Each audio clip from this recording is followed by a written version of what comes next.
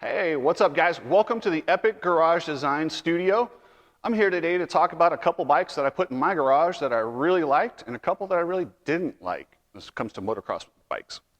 What are your favorites? But before we get into that, check out the way to just get your mountain bike off the floor and out of the way and make your garage look clean. How many of you guys are tired of your kids leaving their bikes laying all over the garage? You want to have space, you want it to look clean, or you just need a place to kind of hang the bike up, lube the chain, and do some of the stuff you need to do to your bicycles to keep them running? Well, this is perfect. We got the little bike wall. Take this down. Got your rack. Oh, you don't want anything to walk into it? Just fold it down. Locks away. Now you have it in your trailer, your garage, wherever you want to put your bike that's out of the way. Now you're done riding your bike. You just pull it out. Boom. Then we just take our bicycle, drop it right back in there, walk away. All right, guys, I'm going to give you my 3 most favorite motorcycles that I've ever owned. I've owned a lot of different motorcycles. When I was a kid, I raced 80s. I rode Yamahas, Hondas, Kawasaki's, Suzuki's. I rode a little of all of them. We always look for a deal. But my favorite bike was my 1990 RM80. This thing was so much better than anything else I'd ridden at the time. I'd ridden Hondas, Yamahas, and I'd just come off a Kawasaki. The Kawasaki was decent, had a really good chassis, but I had a kind of a lemon. The crank went out the first time I rode it, and then another time, the Kawasaki's, and this is notorious, it broke in half. I was just going through a whoop section. Boy, my dad was pissed. And he told me, why do you got to hammer this thing so hard? But I mean, I literally hit a whoop, wheelied through it, hit. The chassis broke. The shock like just bent in half and it just stretched out, pulled the carburetor out of the motor. And I'm laying there on the bike like a drag bike, just, yeah, it was, only time I've ever broke a bike clean in half was that 1989. My dad did an amazing job of putting it together, but he welded the shock a little bit too low. So for the rest of the time I had that bike, I rode a chopper.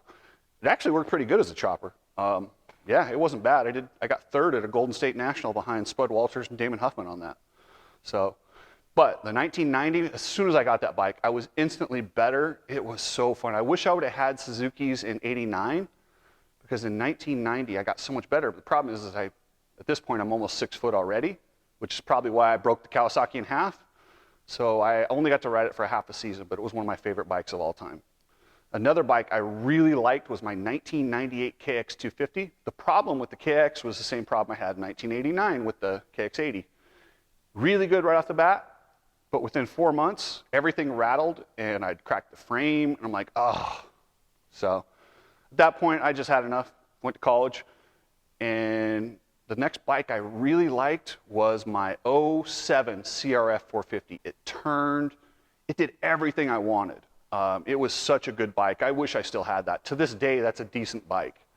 I would put that up with a modern day Suzuki or any of these other bikes. And we're talking, 2008, we're talking a lot of years ago. The other bike that I absolutely loved was my 2018 YZ 450F. I was coming off a KTM 350. And that was a great bike. It was so easy to ride, but it had an air fork. So the air fork to me was really inconsistent. I don't care what your fork's going to do, but I need to know exactly what it's going to do. If it's going to kick me, if it's going to do what. The air fork never gave me a consistent feel that I liked. So when I got on the 18 Yamaha, I was thinking, okay, I'll ride it because my buddy forced me to ride it. Larry Churko, shout out to you, buddy. I rode this bike and I was like, okay, I rode to 2012 and it was a piece of crap. It was totally unbalanced. I'm like, Yamaha and this turnaround motor, it's just never going to work. When I rode the 18, I came back. I spent the rest of the day at Milestone trying to make my KTM 350 handle like the YZ 450. Needless to say, I did not do that. But yeah, I come back and bought the 18 after I rode his bike, and it was amazing. Such a good bike. And I rode that up until just recently. Need replacement, and I'm going to get a new bike, and it'll probably be a Yamaha. So, and some of my least favorite bikes, oh boy. Well, the Cowie, because it broke clean in half in 1989. That was no fun. But I went to college. So after 98, when I had the Kawasaki, sold that. When I was in college, towards the end, I was like, oh, cool, I'll get another bike. So I got a YZ 426, 2001. That bike was a turd, guys. I would go to the track. If I stalled it, I just pushed it off the track because I couldn't start it. You had to do this stupid starting procedure where you had to like push it all the way down, get the crank to top dead center, then you had to pull the decompression lever, get it just a little bit, and then hope that that 3/4 of a kick started it. If not, you had to redo the whole starting procedure. I was like, man, if this is 4 strokes, I'm done. And it was about as heavy as an army tank. I mean, I was jumping like a gold wing. It was bad. So I'm like, okay, I'm done riding. If this is where motocross is going, I don't want to ride 4 strokes. I'll do other stuff. I'll race go-karts. I'll do something else. But I rode a CRF later on, and they had fixed it and got a decompression lever so you could kick it like a 2-stroke. Next thing you know, I'm back into bikes again. Another bike that I absolutely despised was my 2009 CRF 450. What a piece of crap. Clutch faded. The fuel ignition, it would just sputter out sometimes. I never knew what it was going to do. The suspension, the handling was so far off. I mean, it was probably worse than the Yamaha that I rode, the 2012 Yamaha that was unbalanced. But at that point, I decided I was never riding Hondas again. I still haven't, but so that's some of my bikes. Tell me what your worst bike was and what your best bike was. And, you know, what do you put in your garage? So thanks, guys. Remember, subscribe to the Epic Garage channel. I will keep doing some different content over here.